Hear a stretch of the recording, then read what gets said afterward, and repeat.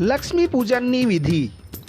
ધનતેરસની સંધ્યાએ આ પૂજા વિધિ કરવાની હોય છે. તેમાં સૌપ્રથમ સ્નાન કરીને પીળા વસ્ત્ર ધોતી પહેરવી. આ પૂજા સજોડે કરવાની હોય છે. ત્યારબાદ ઉત્તર દિશામાં શુદ્ધ જળથી જગ્યાને સાફ કરી રંગોળી કરવી. તેની ઉપર એક બાજોઠ મૂકવો. બાજોઠ ઉપર લાલ અથવા પીળું વસ્ત્ર પાથરવું.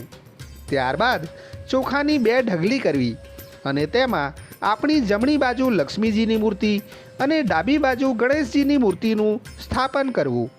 જમણી બાજુ શુદ્ધ ઘીનો દીવો પ્રગટાવવો અને અગરબત્તી કરવી. બાજોઠ ઉપર એક તાંબાના અથવા ચાંદીના પાત્રમાં ચાંદીના સિક્કા, ચલણી નાણું સાથે રાખવું. એક ચાંદીની થાળીમાં અથવા કોઈ પણ થાળીમાં લક્ષ્મીજી, ગણેશજીની મૂર્તિ મૂકવી. સાથે ચાંદીના સિક્કા અને ચલણી નાણું મૂકવું.